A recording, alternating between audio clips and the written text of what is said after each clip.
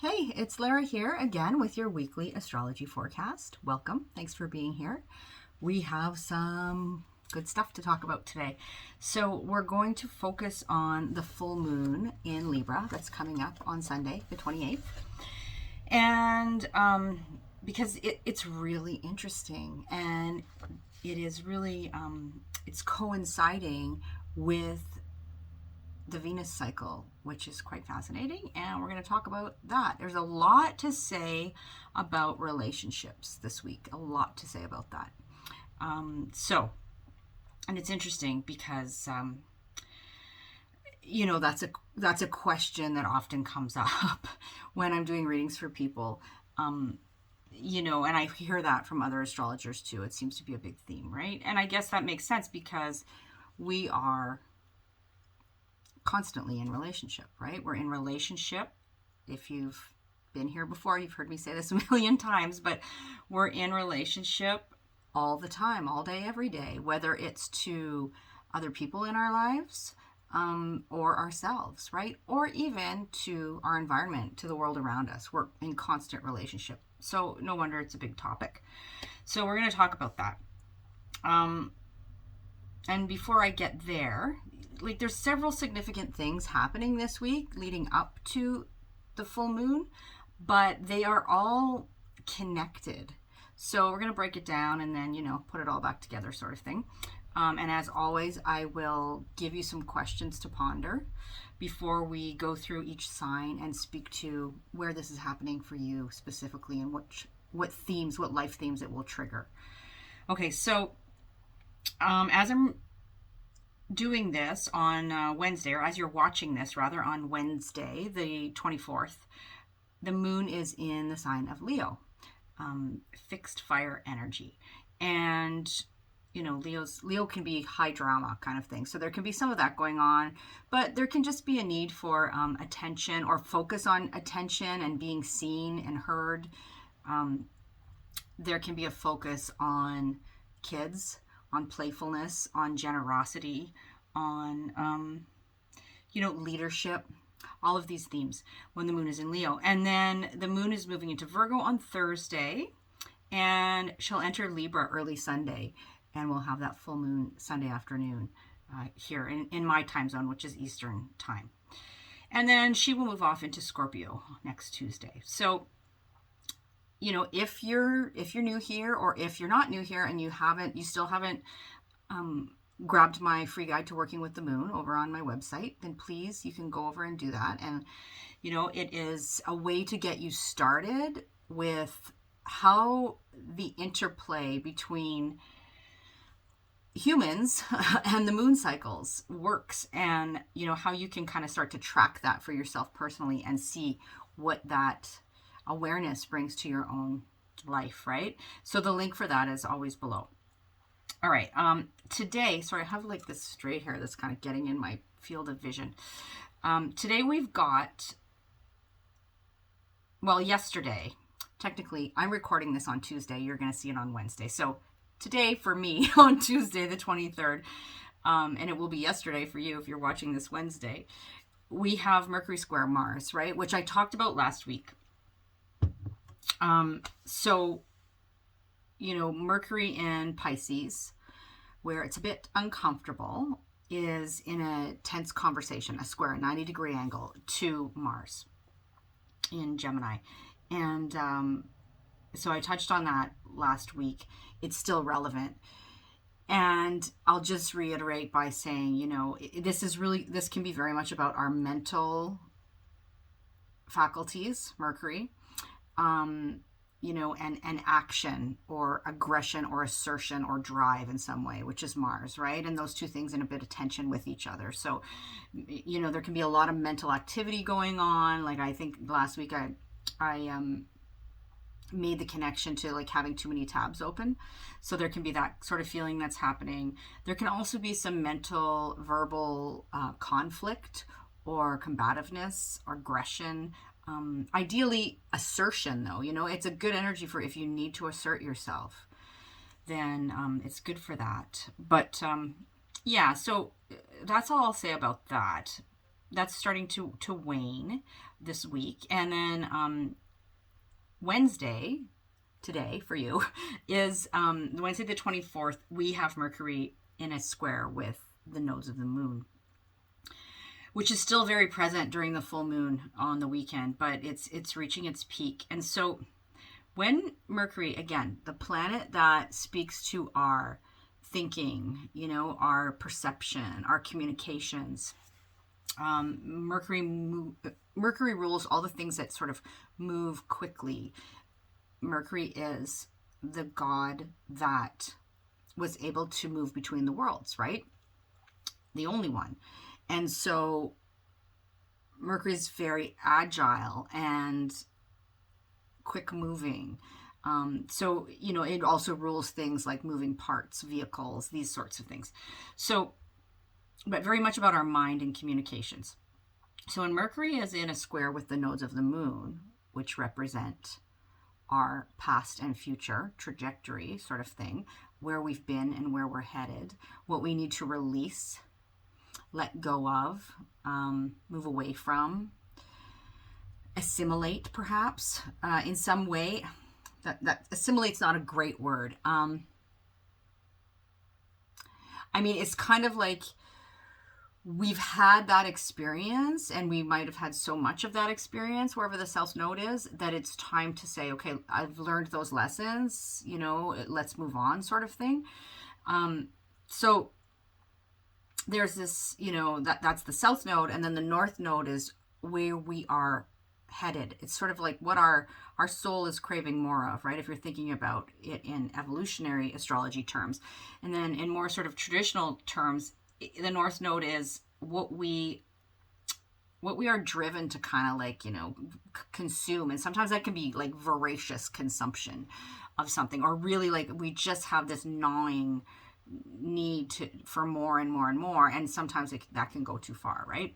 So there's this need for balance. But if you think of it very much in terms of sort of past and future, where we've been and where we're headed, that's a good way to look at it. So point being, when Mercury is squaring the nodes of the moon, which are currently in Sagittarius and Gemini, South Node in Sagittarius, North Node in Gemini, this can be a time where there, again, some tension, right? So this need, when we have a square, it's a need for taking action to resolve the tension in some way. And if we don't proactively do that ourselves, then sometimes events in life happen that will kind of force our hand in some way, right? So Mercury square the nodes is like, there can be a bit of a mindset shift going on right now. There can be decisions, you know, decisions sort of thing that need to be made.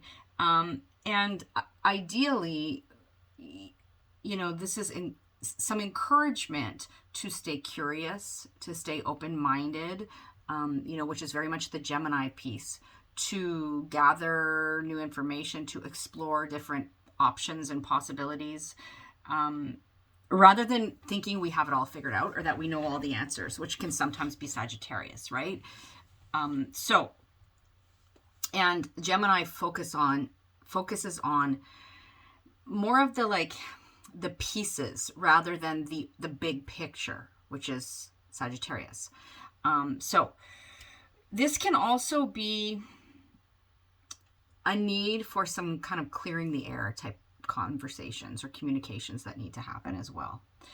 All right, so that's Mercury square the nodes. Again, like I said, all this energy that I'm talking to you about is present really at the time of the full moon still, because it's in within close orb, right, with close contact, all these aspects. So the next thing is that on Thursday, Venus is coming into a conjunction with the Sun. This is a big deal. Venus has been invisible since February, so not able to see Venus in the sky since February. She's been on her journey to the underworld, right? If you think of the myth of Persephone, we've talked about this before. It's been a while though, I think, in these videos, but when Persephone makes her journey to the underworld, to Hades, right? And then reemerges. So what's happening is that when the Sun and Venus come together in a conjunction, then Venus is reborn this time as the evening star. So what that means is we'll be able to see Venus in the evening sky as opposed to in the morning sky, which is where she was before she journeyed, right? Underworld. So, and the thing is that Venus is beginning a new cycle. So I'm going to talk about that in more detail in a minute here, because it's quite important, and it's important in relation to this full moon.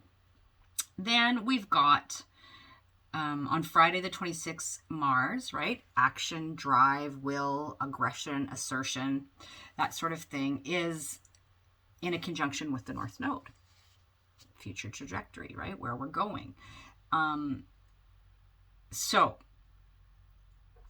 just as the pandemic was sort of declared last year, late February, right? Early March, and things really started to take off in terms of, what I mean by that is like the world went into lockdown right around that time, right? Mars met up with the South Node. So across the sky, Mars met up with the South Node and everything went into lockdown. And now Mars is meeting up with the North Node. So, this strikes me as possibly a time where we may be gaining more freedom in some ways, or in some parts of the world. At least that is happening. And some of it is, because things are going better and vaccines rolling out and all of that.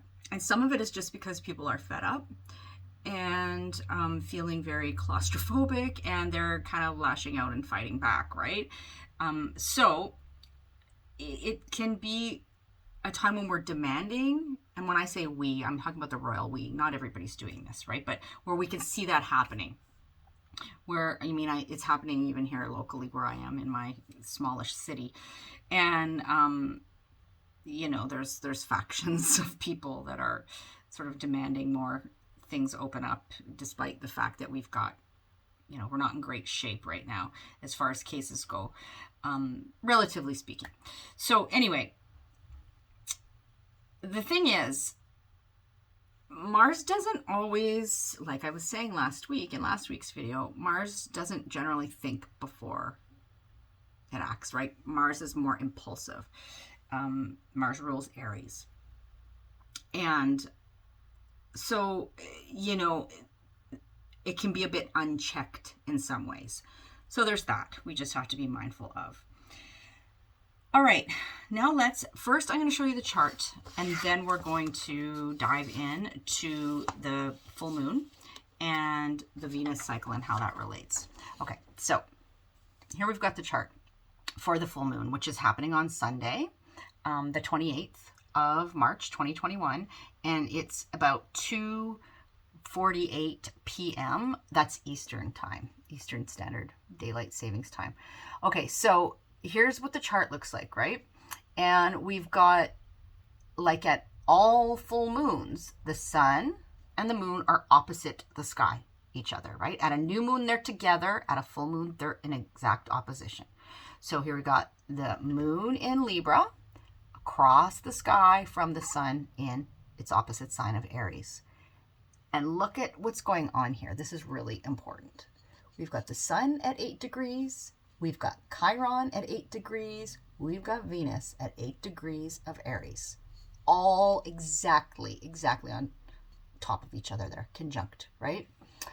So, and I pointed out to you, we've got South Node in Sagittarius, North Node in Gemini. There's Mars right beside the North Node.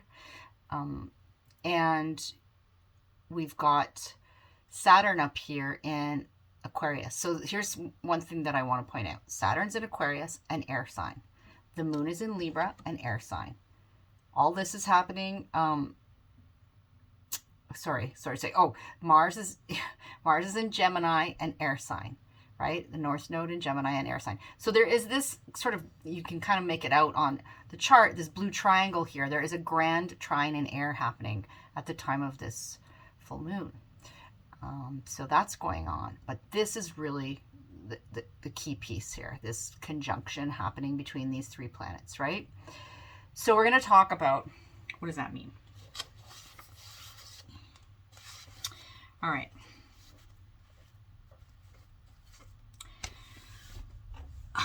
Like I said, at all full moons, the sun and the moon are in opposite signs. And this time they happen to be in Libra, where the moon is, and Aries, where the sun is. So that is a full moon in Libra because the moon is in Libra. And when I was thinking about this full moon, a couple things, you know, how sometimes just sort of, sometimes I get like song titles, sometimes just phrases, sometimes images pop in when I'm thinking about the energy of the particular event that we're discussing. And in this case, a couple of things that popped in to my mind were, I don't know if you've ever seen this movie called Hearts Beat Loud, which is really, I personally loved it. It's a family favorite here. But anyway, it's about this, I'm not going to give it all away, but it's about this dad, right? And his daughter, who is about to embark on, you know, moving away to go to college. And he has this old record shop, right? A vinyl shop that's not doing so great. He's kind of forced to sell it because it's not doing so great. So, you know, financially it's not making sense in this digital age, you know, as all the vinyls made a bit of a comeback, but nevertheless, that's the sort of storyline. And I don't want to say too much because I don't want to give it away in case you watch it yourself, but events transpire in this movie that involve the dad and the daughter, you know, a healing in their relationship and doing things differently in a new way. And there's, you know, they really offer each other a lot, and there's some difficulty, you know, but it's very healing. It's a healing journey that they go on. And if you're a fan of music in particular, you'll probably really like the movie if you haven't seen it. So Hearts Beat Loud reminded me of that. It also, this is so ridiculous, but you have to be of a certain vintage to appreciate this, I think. The Bee Gees song, How Can You Mend a Broken Heart? I don't know if I'm not going to sing it for you, but it popped into my head. Even if you look up the lyrics, you know, but you might remember that if you're old enough. And if you're not, you can go Google it and have a good laugh. But for whatever reason, that popped into my head as well as being reflective of the energy of this full moon. So, you know, sometimes correlating those, like things like that can help. Can be a bit of a like hearts on fire sort of vibe too. Because what's going on, as I showed you, is we have all this energy surrounding themes of relating, right? We've got the sun and the moon on the axis of relationship. Aries is all about the self, where the sun and Chiron and Venus are sitting. And Libra, where the moon is about the other. So this is the axis of relationship, right? And so relationship is a key theme. And we also have Venus involved, very heavily involved in this full moon. Venus, planet of relationship. Of, you know, Venus is associated with concepts like relationship, beauty, harmony, our resources, our money, you know, how we have, like how we derive pleasure from the world of the five senses. It's about our values, our self-worth, those sorts of things. Venus speaks to. And so Venus is heavily involved here, and being reborn.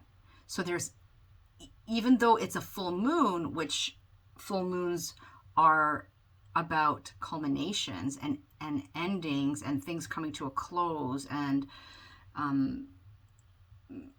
perhaps things bearing fruit in some way, things reaching like a leveling up point or a crescendo of some sort, right?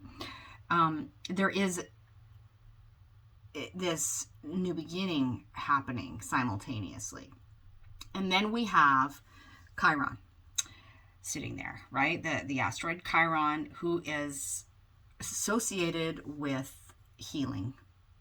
It's this whole notion of Chiron is the wounded healer in mythology, and the one who could help everybody else solve their problems and heal everybody else, but could not heal his own wound, right? He was wounded by a poison arrow, and he was immortal, so he had this wound for the entirety of his life that he could not heal.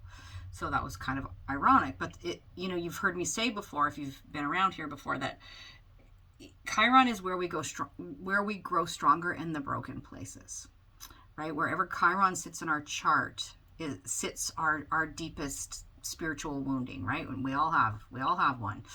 And ultimately, if we do that healing work, we gain from it, and then we have something to offer other people as well.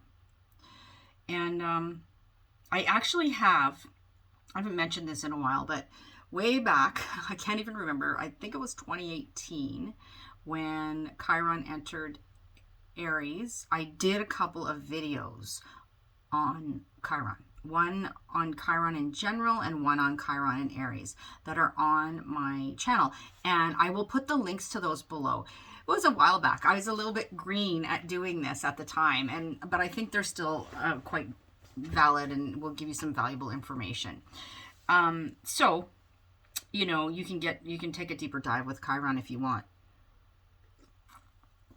But Chiron, in this close conversation with the full moon, right, and highlighting these themes of relating and values and self-worth and resources and all of this, it's like it's offering us a chance to really heal some touchy stuff, and that doesn't always feel good, but it's necessary. And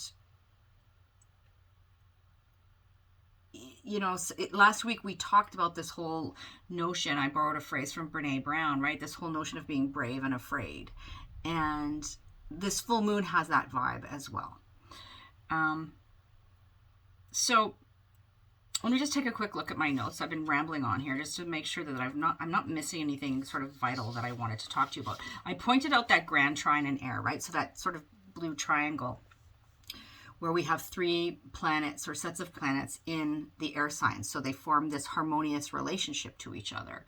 And air is about, among other things, communicating and our thoughts and our ideas and that sort of thing. And so there can be some very healing conversations that take place around this time, because a trine is supportive, a grand trine even more so. And, like I mentioned, that whole time to clear the air with Mercury squaring the nodes. And then Saturn is involved, Saturn in Aquarius. So that's like, maybe a time to say what needs to be said, but doing so in really maturely, right? Saturn wants us to be mature. And Saturn wants us to do the hard stuff. And when we do the hard stuff, we reap the rewards. It could be, so heartfelt conversations, but that aren't necessarily easy. Time to assert ourselves. And really to have, the self-respect, to have the difficult conversations and to heal any wounding around relationship, around our relationship to ourselves, to others, to our resources. These kinds of things are very, very prominent at the time of this full moon. And so with that, I want to talk about Venus's involvement a little bit further, because it, like I was saying, it's quite important. So Venus is a planet that has an 8-year cycle.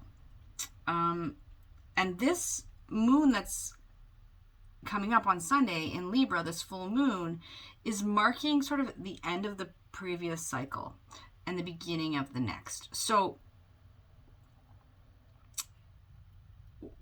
if you look back, I'm trying to say this without getting too complicated into the nitty-gritty details of the astrology, but what began, if you look back to around March, end of March 2013, and you think about these themes of relationships, of resources, even of your body, your body image, aesthetic in some way, harmony, unification, pleasure, all these Venus principles or keywords, right? Then you might get a sense of something that has been on this journey since then. There's been something going on that is reaching this point where there's going to be a new start there, right? So Venus in her cycle, she periodically moves from the morning star to the evening star, right? Which is happening. Like I said to you, Venus was visible in the morning, and then she got, closer and closer to the sun, could not see her for 40 days and 40 nights, and then she emerges. She's emerging and will start to be more visible, as the weeks move on here in the evening. So she's emerging as the evening star. And when she retrogrades, she becomes the morning star, right? Then she moves direct, becomes the evening star. And what happens is, so Venus retrogrades about every 18 months, and each retrograde returns to the same zodiac sign every 8 years. And as she does that, as she moves through the sky, retrogrades, her retrograde path traces out a 5-pointed star in the sky, a pentacle or a pentagram. Don't believe me? Look it up. If you don't believe me, it's true. And it's pretty cool if you check out the Venus cycle and images of it. And as she does, it then, these overlap. Like if you think of those things, I don't know, again, I'm dating myself, but I think they still have them, like a spirograph or something where you stuck the colored pen in the little disc and moved it around, and then it made this cool sort of mandala. Well, Venus does that. Venus's path in the sky does that. So the pentacle or the pentagram is a very powerful Venus symbol. So if you're thinking of making some kind of an altar or ritual or something around the time of this full moon, and full moons are generally times where we do rituals of release or letting go,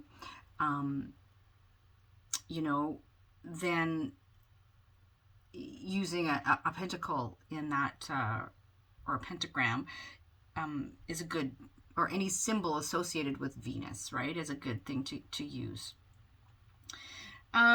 So, and the other thing is that over the course of like 100 years, Venus only retrogrades in 5 signs. So, like in a human lifetime, right? Average human lifetime, Venus will only ever retrograde in 5 of the 12 zodiac signs, and she traces out that 5-pointed star. So all that to say, there's this new cycle beginning, and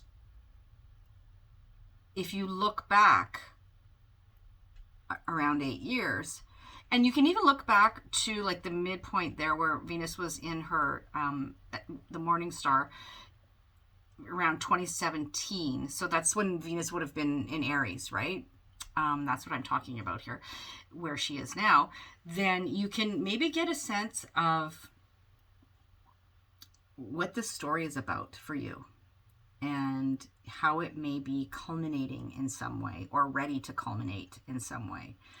Or there's things here that need to be, released and let go of. The other thing I'm going to say is that I think I talked a little bit about this last week, I do believe, but when we talked about Aries in depth last week, Aries season, Venus is when Venus is in Aries, she is in her fall, right? So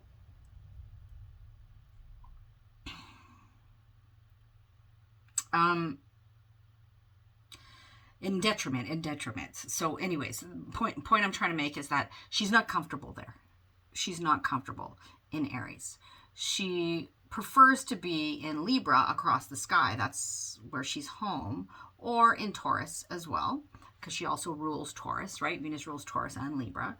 So Venus in Aries is a bit uncomfortable because she doesn't really have the comforts of home. She's far away from home, and when she's in Aries, and you know, Aries energy, Aries is ruled by Mars, right? And Venus and Mars can I mean, there can be passion, there can be it can be really great if that energy is balanced, but there can also be a bit of tension there, because they go at things very differently, right? Mars is more yang energy, Venus is a more yin energy, this sort of thing. And so you know, I feel, I'm bringing this up because I feel like with Chiron there as well, you know, it's like, let's put it this way, right? I mean, healing the tough stuff is not, it's not cotton candy and you know, Ferris wheels and rainbows, right? It's hard work, it's uncomfortable work, it's work that a lot of us would rather avoid, right? And so sometimes we want to shirk away from having the difficult conversations and you know, doing what needs to be done. You know, like there's a possibility here, let's just put it this way. For some people, it could be like it's time for old relationships, literally, or relationship dynamics to go, right? It's time to let go of certain things in that arena. And that could, like I said, that could be about your relationship to yourself and even your resources. You know, but that's like, it's tricky stuff, right? So I'm just being honest with you here. But Venus in Aries is very independent and can be, you know, I spoke last week about, can be very much a warrior energy, right? So a bit Wonder Woman. That's what comes to mind, Venus in Aries. It's a bit like Wonder Woman. Or, yeah, I guess Wonder Woman would be a good one. Okay, so what we're going to do now is I'm going to give you a few questions to ponder as you think about what you want to release, let go of, you want to allow to come to a natural sort of ending. You want to, you know, move away from, you want to heal. In specific, in regards to the area of the chart that the moon is happening, this full moon is happening in for you, which we're going to get to, right? But here are some questions that you can either pause and jot these down, or you can just have a listen and reflect. You can come back to them later. I will put timestamps so you can come back and listen to these later, if you don't have time right now. But you know, always listen to the introduction, because if you just jump directly to, like, say you jump to the questions and then jump to your sign, it doesn't have as much context. But you know, you might have to do it in chunks depending on how much time you have. Oh, and speaking of questions, I'm just going to interject here for a second before I get to these questions. I have been doing a couple of surveys over on Facebook, and one of them is closed already. The latest one is still open.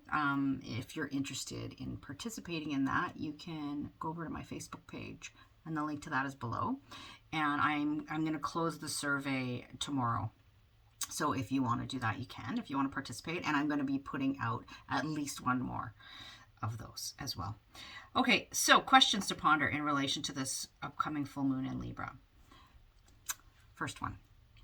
What was initiated for you in 2013 and maybe took a turn, or maybe was like highlighted again around 2017, that now feels like it's coming to a close or needs wrapping up or is culminating or is bearing fruit even in some way, right?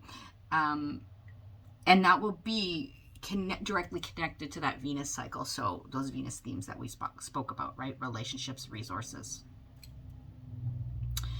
All right, next question. What are the big relationship themes playing out for you during this period related to, and this is going to be related to the house that Libra sits, and even the house that Aries sits across the sky. So that axis, right? We're gonna talk about what themes those are for you specifically. Next question. How can I foster healing my relationship to others, to myself, to my self-worth, to my values, to my resources, to what brings me pleasure? So in other words, you know, what is Chiron trying to help you with here? What is Chiron trying to give you the resources to heal in your life in relation to those things? All right, next question. As Venus is reborn as the evening star, how do I envision the next 8 years? Or if you want to look at smaller chunks, you know, the next 18 months even of my life in regards to the themes that are being highlighted here at this full moon. Again, relationships, resources, that sort of thing. And I don't know if this is the last question. No, next question. Are there blind spots, or are there difficult conversations, or, you know, dealings in some way that have to happen in order for you to truly move on? Because now's the time. And again, related to the specific themes for you that we're going to talk about. 2 more questions. Next one is, do I need someone to assist me with that?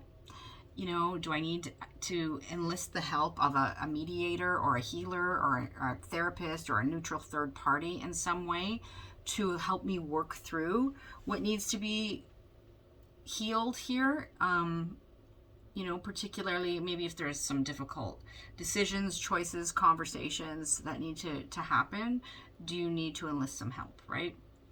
And then the last question is, where can I commit to being more independent? Venus in Aries is very independent and less codependent in my relationships, right? And again, that could be in terms of resources and that sort of thing.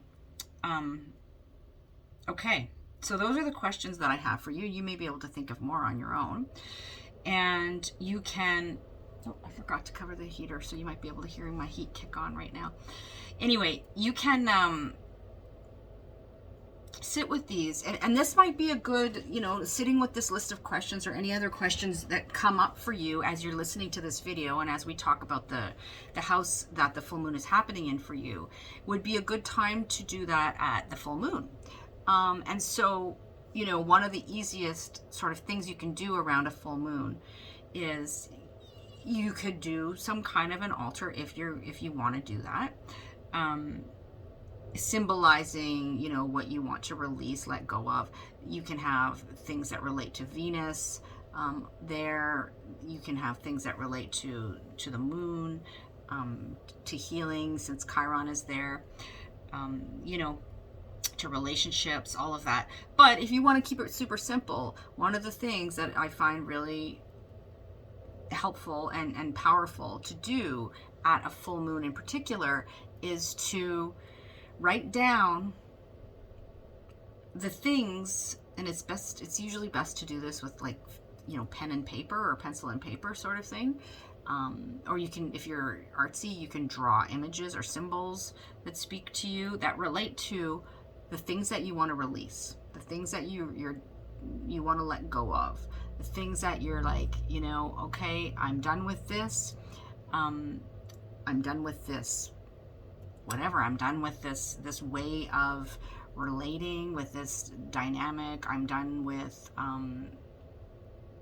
the relationship. Like, I'm done with not loving myself, I'm just giving you some ideas. I'm done with how I do relationship.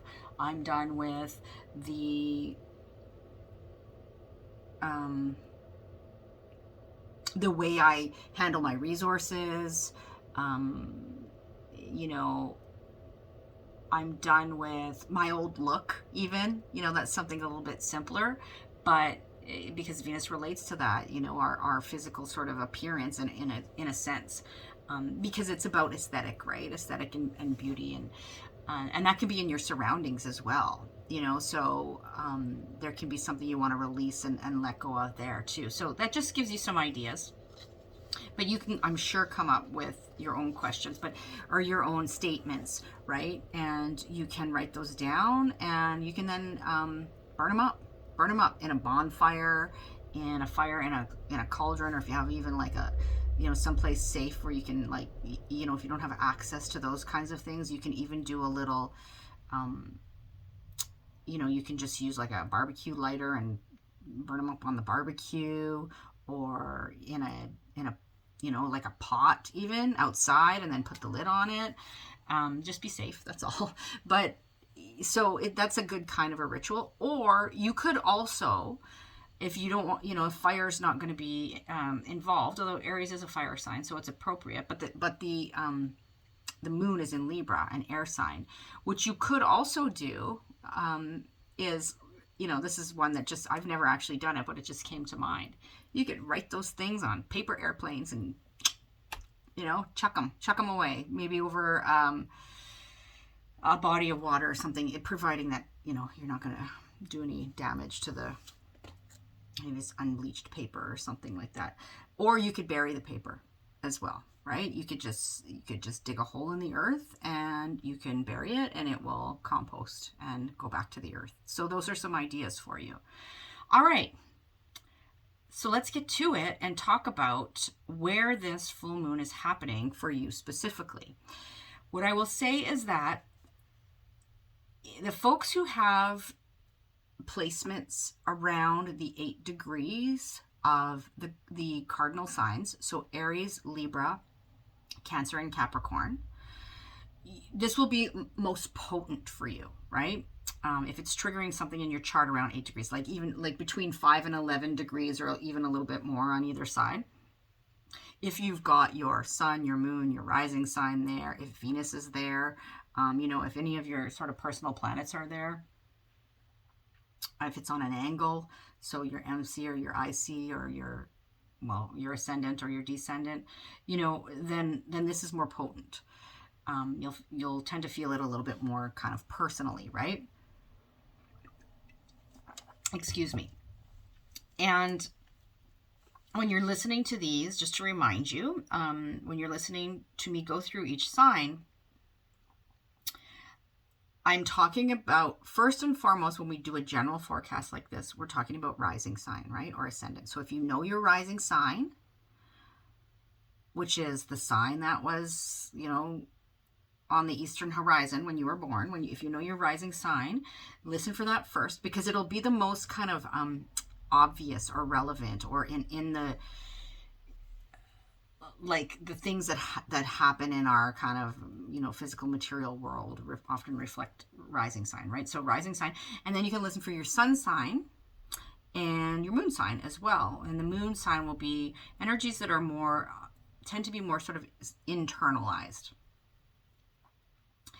When we're talking about personally, right? So rising sign, sun sign, moon sign, and that will give you sort of added layers. But if you're only going to listen to one and you know your rising sign, then usually that's the one. Sometimes for whatever reason, the sun sign will resonate more, and that's fine too. So you can decide. You know what's going on in your life and in your heart and in your mind better than anybody else, right? So trust yourself there.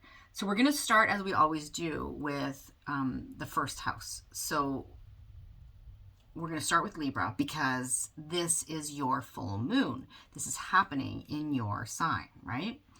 And so this, all these things I've been talking about in relation to the full moon energies and the Venus cycle kind of reset are happening in relation, they're happening on the relationship axis for you, right? So first and seventh house, the moon being in your first house, the sun across the sky in the seventh house of the other. So even more so, like it is, this is so much about these themes for you, relating.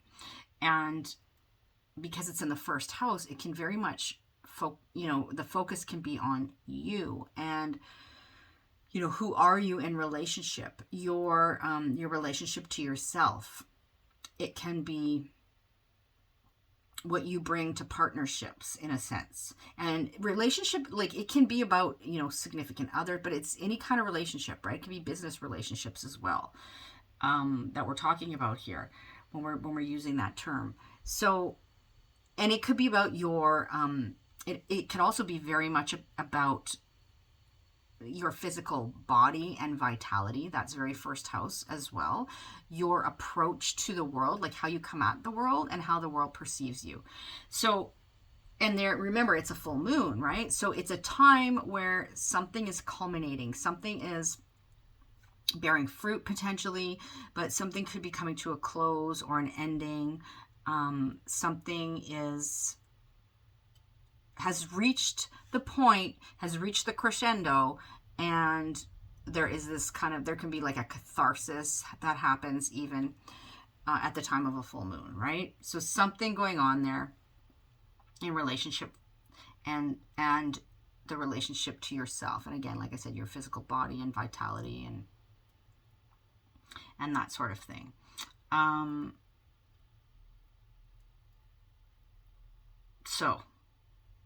And, definitely listen, Libra, to the questions that I posed and listen to the intro and listen to the Venus piece particularly. You are a Venus ruled sign. And so this is quite important for you, right? And with your sign or with your ruling planet, Venus being in Aries, that can feel, a bit touchy, but Venus has been invisible since February. So that can, you may have been going through this kind of period of visiting the underworld, sort of like the Persephone myth, right, that we talked about. And there's a reemergence happening now as Venus meets up with the sun and then is reborn as the evening star. So you can perhaps start to gain a greater sense of vitality, and relationship themes can be reborn in some way as well for you. All right, so I'm going to leave that there for you, Libra, and move to Virgo now, where we have this full moon happening in your second house. So for you, Virgo rising, but Virgo sun and moon as well, we've got this full moon energy and Venus being reborn here in the second house of and Chiron, right? The wounded healer, right? This wounding healing principle, which has to do, in your second house, has to do with your personal resources. So the money you make, right, from your skills and talents, how you support and sustain yourself. And it can also be, when we talk about resources, it can also be your time and your energy as well, are your personal resources. And the second house also speaks to things that we value, right? What we place value on, our sense of worth, our sense of self-worth. Things like, how much do you charge for your services? Do you think you're worth it? It can be like, do you feel that you bring value?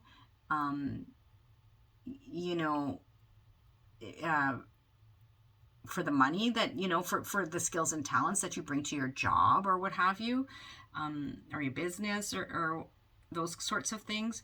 It can be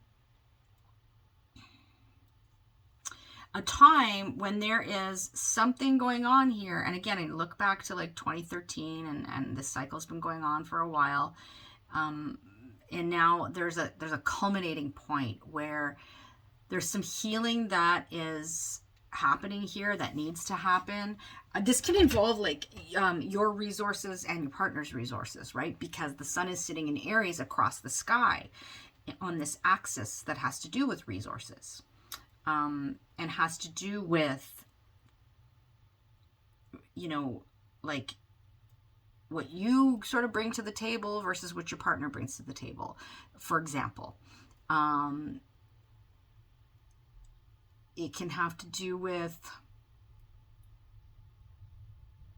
your sort of independence in that sense, you know, when we're talking about like resources and value and self-worth, and your entanglement with others in that regard, which is where the sun is in Aries across the sky in the 8th house, right? So there's something going on here, but there's something at a full moon always that wants to be released, let go of, leveled up. It could be a catharsis of some sorts. It can be deciding to sort of put something to rest. It can be a time when, you know, you say sort of enough is enough, or when something that you've been maybe working on in this area is bearing, you know, bears fruit, comes to fruition at the time of a full moon. All those things are possibilities, but it's definitely involving your resources and, you know, your relationship to that, and relationships and resources and how that's all entangled, and healing, right, with the Chiron piece there. So I'm going to leave you with that, and I'm going to move on to Leo. So for you, Leo, this full moon is culminating in your 3rd house.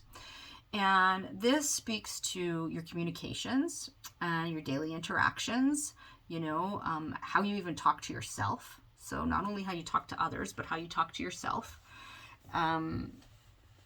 And, you know, your thoughts, your perceptions.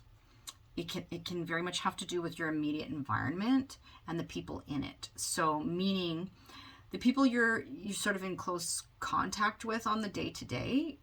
And that used to be, you know, your neighborhood, your siblings, people that lived close by. But now in modern times with technology, that can just even be people that you, oftentimes it's still those people, but it can also be people, like if, for example, you have siblings that don't live in the same town as you, but you communicate with them regularly, something like that, right?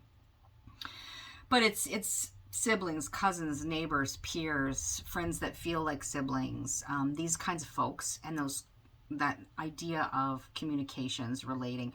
Also, the 3rd house has a lot of topics. The 3rd house is also about the learning environment, teaching and learning, usually of a more kind of like the early years, elementary school, high school, or things that you're learning that are like the basics, you know, you're learning the basics, you're learning the ropes sort of thing. That's very much 3rd house. And then the 3rd house also speaks to commerce, you know, and like the buying and selling of things, that sort of thing is 3rd house related as well. So all of those themes, some of those themes, one of those themes, or all of those themes could be prominent for you at the time of this full moon. And there is something going on here, right? This is the axis of communication and the axis of the mind. The sun is sitting across the sky in the 9th house for you, which is sort of higher mind, higher learning, you know, the overarching philosophies and concepts. And then we've got the 3rd house, which is more about the moving parts, so to speak, right? That kind of thing. And so there is a culmination happening here revolving around these topics. And it may be something that began around 2013, that may have reached another point of being highlighted in 2017 around the end of March. And now it's time to kind of let that cycle go and start anew, right? In some way. And it doesn't necessarily mean that it's going to be like massive big deal for you. But It sort of depends on your own personal chart, but there is something here that is, it's time to move on from. It's time to release, let go. You know, its day has come, sort of thing. It's been, that ground has been thoroughly turned over, and now it's time to really release it and to move on from there. And it could be like cathartic in some ways as well. And it's like,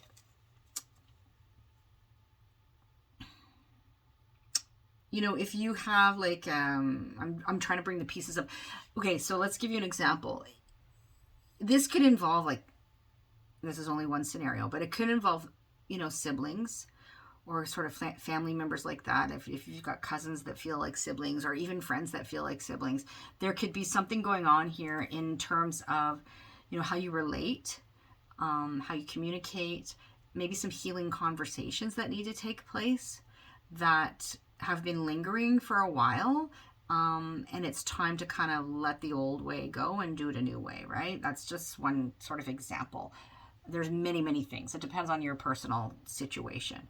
But again, as I said, you know what's going on in your own life. You think about those themes that I gave you, and you think about, what's going on here for me, and how is this relating, you know, to what I need to kind of let go of, what I need to heal, all of that, what we were talking about in the introduction. Okay, I think that gives you something to chew on, and we're going to move to Cancer now. Cancer, for you, this is happening in your 4th house.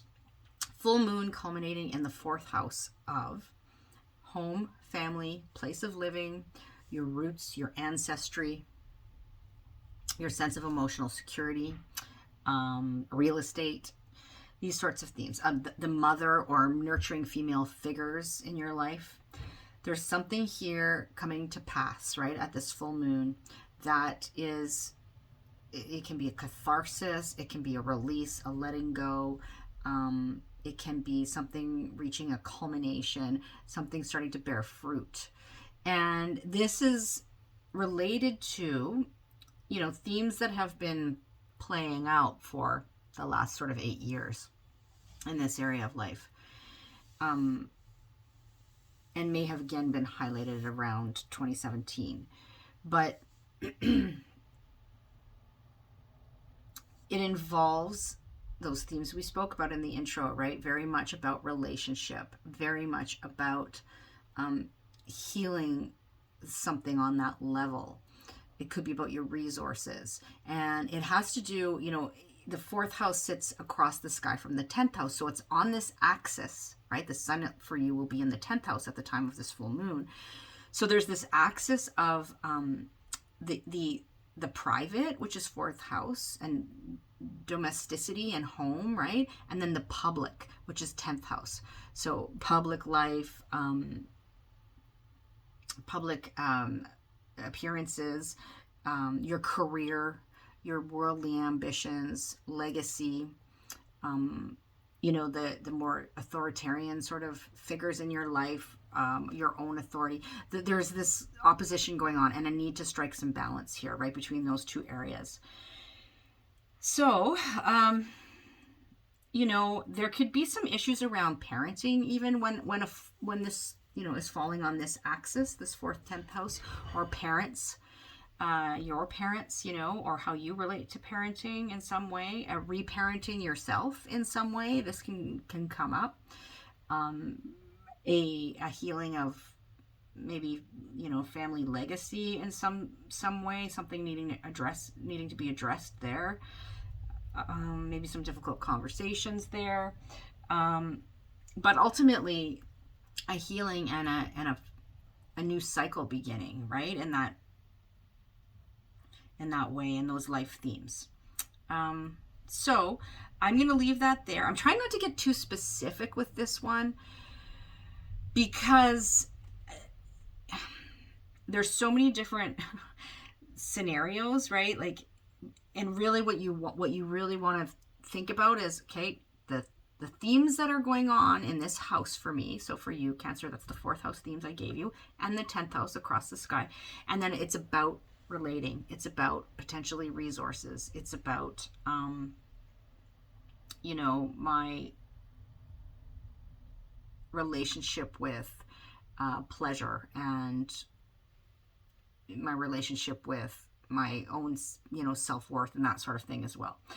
Okay, so we're going to leave that there. We're going to move on to Gemini. Gemini, for you, you've got the full moon happening in your 5th house. So full moon culminating in this area of the chart that has to do with children.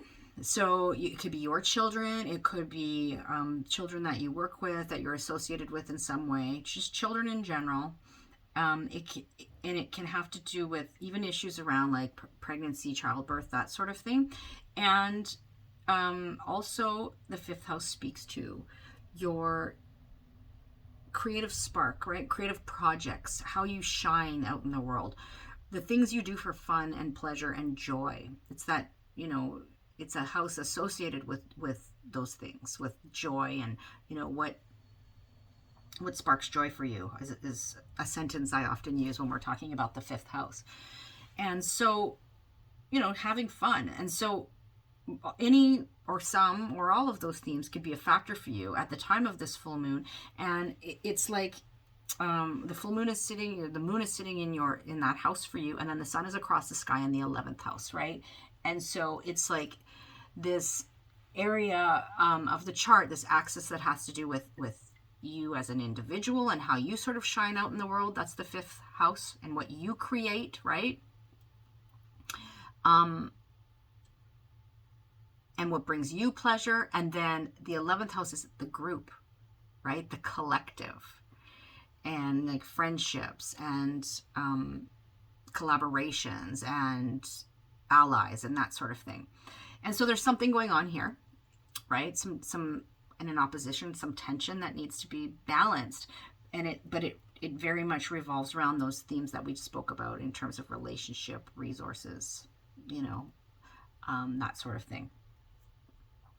So what's going on for you in relation to those themes? And, you know, something is reaching a point of culmination, of coming to a conclusion, of needing to be released, of bearing fruit potentially. And then, you know, as Venus is reborn as the evening star, there's this new cycle that happens, right? And so look back, I'll remind you, look back to around 2013 and see like what kind of began in this area of life in terms of my relationships, my resources, you know, that kind of thing. It's so interesting because when I'm doing these, I'm just interjecting here, I always think about people that I know and what's going on in their own lives. And I'm not going to tell you that, obviously, but it's so interesting how this all lines up. Okay, so next we're going to move on to Taurus. Taurus, for you, the full moon is culminating in your 6th house. So this is all about your daily routine, Taurus. It's about the work you do on the day-to-day, right? So, and when I say work, when I'm talking about 6th house here, it's the toil, right? The daily toil. And that can be work that you're paid for or work that you're not paid for. So, you know, it's the work that we do in the day, on the day to day. And it's like those tasks that we have to get done, right? So it's also, the 6th house also speaks to themes of health and illness and your routines around that. And it can be, pets can factor into the 6th house if that's something relevant for you. And so, and it's also how we are in service, right? It's this notion of service, and even it has to do with those relationships in our lives where there's like people are not on an equal playing field. So like it could be like employer-employee relationships, for example. Like that hierarchy, right? So, but very much the key words for 6th house are things like work, health, service. So these are themes that are highlighted at the time of this full moon. And there's something here that's coming to a natural conclusion or coming to fruition, reaching perhaps a crescendo or a crisis point. or something needs to be released, let go of. Something may be bearing fruit even. And so look back to what was going on for you around 2013 in March, or what began then around these themes of relationships and resources too, as it speaks to the 6th house, right? Themes. And like what needs to be released there? What do you need to move on from? What's coming to a natural conclusion? And then the sun is sitting across the sky in the 12th house, which is how you spend time in solitude. It is about your, potentially about self-sabotaging behaviors. It can be about your spirituality, your spiritual mental health, as opposed to more sort of physical health in 6th house. It can be about places that are tucked away from the world, that we often, those would be referred to as like places of confinement back in the day.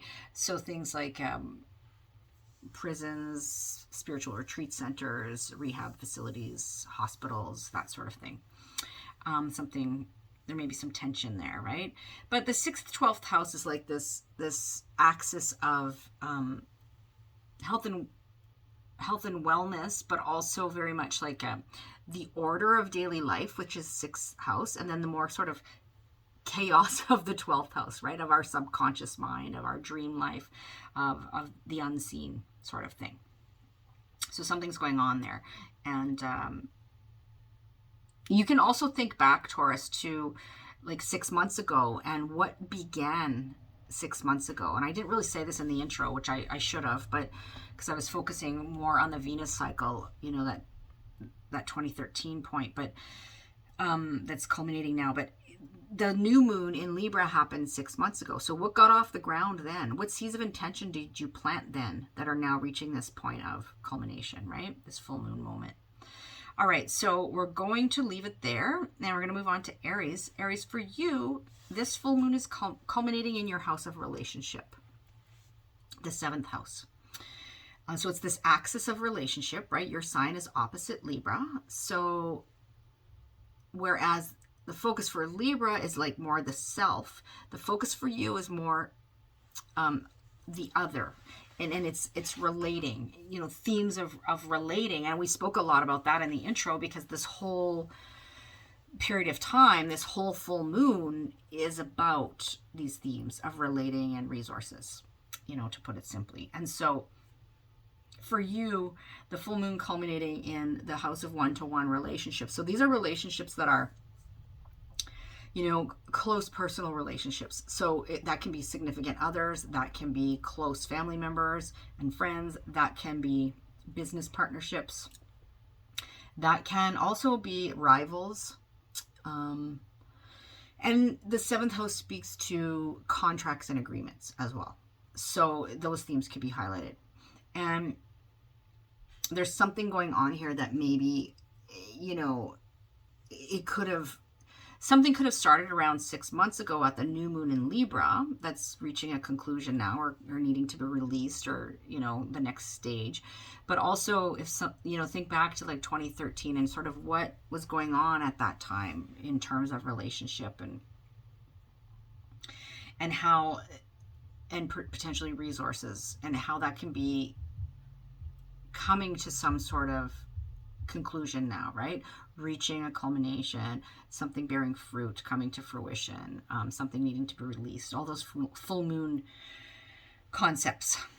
Are there close personal relationships that need to be let go of, or, is there a new way that you need to do relationship? Is there healing that needs to happen there with Chiron being there in terms of your relationship, your close relationships, how you interact with others, that sort of thing, right? So we're going to leave that there for you, Aries. Definitely listen to the intro and listen to the questions, and that will give you a lot to go on for this full moon. And next we're going to move to Pisces. So Pisces, for you, the full moon is happening in your 8th house. So culminating here around themes of other people's resources. So other people's money, time, energy. And this can look like things like your partner's resources, your partner's money. It can look like, things around debt, insurance, taxes, mortgages, all those themes, wills, inheritance.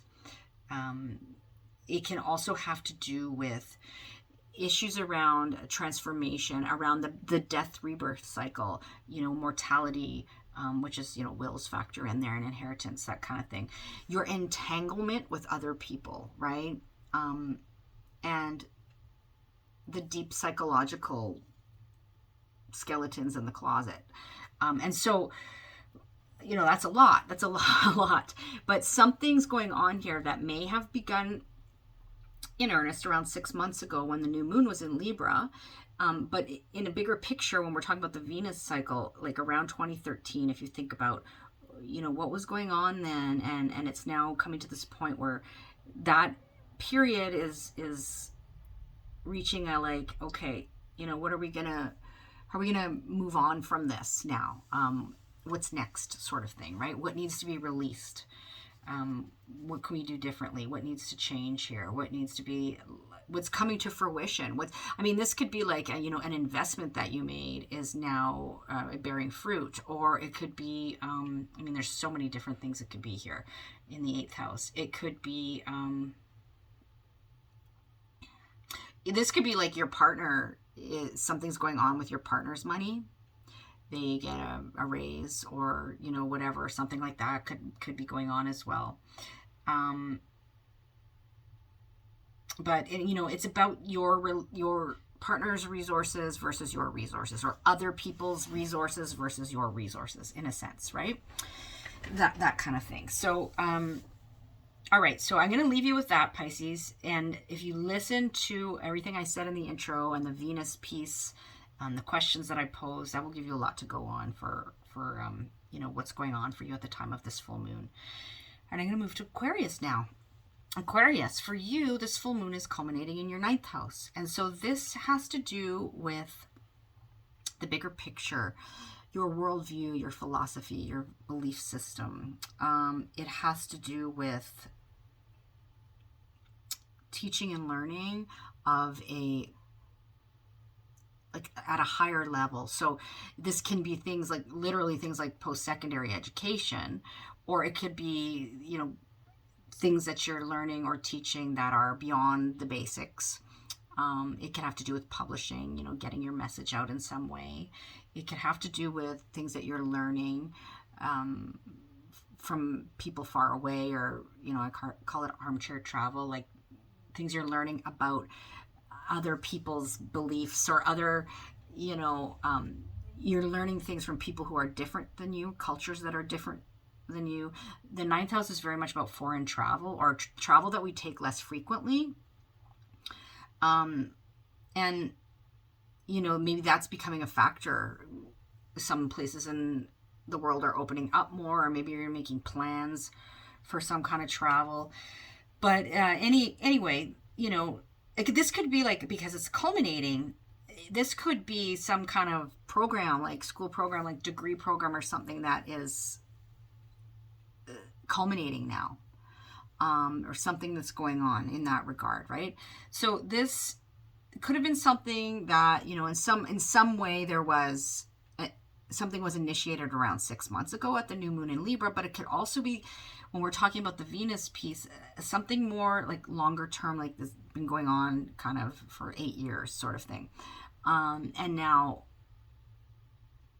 it's time to begin a new cycle there. And that there can be themes, that have to do with relationship, and resources, and healing, right? Like all those things we talked about in the introduction. So I'm going to leave you with that, Aquarius. I'm going to move on to Capricorn next, where we've got the full moon culminating in your 10th house, Capricorn. So for you, Capricorn, this is like the 10th house is the public house, right? Opposite the 4th house of home and family and private life and roots. This is about, your career, your worldly ambitions, your public persona and reputation, the legacy you wish to leave, your sense of authority or your relationship to authority figures. This can have to do with parenting in some ways too, your parents or your own parenting in some way. And nevertheless, something's going on here in this 10th house that is reaching a culmination point, that's coming to a natural ending, or something's bearing fruit now, that may have begun. Some pieces of it may have begun around 6 months ago with the new moon in Libra, but then there's other pieces that it may be longer term that have been going on for like the last 8 years kind of thing. And, it's time now for that to come to a conclusion in some way and to move on. So like this can be things like a job change, a career change, a promotion, something that you used to do that you're, in that area of life, career that you're releasing now. It can be relationships that are career focused or that sort of thing. It can be relationships with authority figures. It can be how your resources are tied to your career in some way, and maybe to relationships in some way. And there's a theme of healing going on here with Chiron in the mix, right? That we spoke about, right? Venus, Chiron, and the Sun are all right beside each other at the time of this full moon, and the moon is across the sky in Libra. So think about what I've said here, but filter it through everything that I said in the intro, and the questions that I posed, and that'll give you, your own life, like as I always say, better than anyone else. That'll give you some idea as to what this is about and what this natural kind of conclusion is, or what the next cycle is, or what cycle is coming to a close, that sort of thing. All right, so 2 more to go. We're going to move on to Sagittarius, where we've got the full moon culminating in your 11th house. 11th house. Sag, I've been talking too much. Your 11th house. So this is something, coming up for release, something coming to a culmination point, something starting, maybe bearing fruit, something coming to a natural close, maybe a catharsis of some sort. All those full moon concepts, right? And that is related to your house of friendships, of groups and networking, of alliances, allies, of your hopes and dreams for the future, and the people that can help you get there, sort of thing. So there could be something going on, maybe in friendship situations, that is coming to a natural conclusion now, or leveling up in some way. There could be some healing going on here, right? Through like who you are in relation to the group, even, or what you bring to the group, or it could be like creative collaborations in some way as well, or things having to do with children, because the Sun is sitting in the 5th house opposite the sky, right? 5th house of children and your individual creativity and what brings you pleasure and stuff, and and then the 11th house, all those friendships and the group and all of that we spoke about. So think back to, first off, like 6 months ago, around the time of the new moon in Libra, there could have been something that was initiated there, or that began, that's now coming to, like, it's leveling up, or it's coming to a conclusion, or needs to be released or let go of, or something like that. But also it could have to do with, there's a bigger cycle coming to a close here in this area that's been going on for about 8 years, right? So if you think back over this 8-year time span, back to 2013, and sort of like what's transpired in your friendships, in connection with a group, with a greater good sort of thing, the collective, your hopes and dreams for the future, collaborations, alliances, all of that. What's transpired there, and what is in need of some healing. Maybe some conversations need to be happening. You know, we talked about all of this in the intro, so I'm not going to belabor it here. And it can involve your relationships, your resources, that sort of thing, right? All these pieces, it's how astrology works. You have to put all these pieces together, right? But you know what's going on in your own life better than anyone. And so if you think about everything I've said in the intro and the questions, and then you think about where it's hitting your chart, which is 5th house, or 11th house was where the moon is, and then 5th house across the sky, which is where the sun is, right? And those themes I just gave you, what is this looking like for you? What does this mean for you? You know, if you're going to do some kind of full moon release ritual, what do you need to release? What do you want to release, right? What do you want to let go of? Or potentially, what do you want to celebrate that you have grown and that has come to this like fruit bearing point? That's potential as well. All right, Sagittarius, I'm going to leave it there for you, and I'm going to move on to, last but not least in this case, we've got Scorpio, where the full moon is culminating in your 12th house, Scorpio. So, the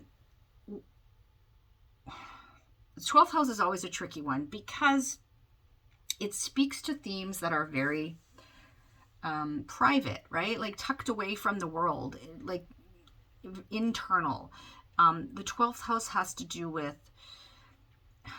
things like our spiritual life, you know, spiritual wellness, mental wellness even. It has to do with how we spend time in solitude and rest and, you know, recovery or reflection.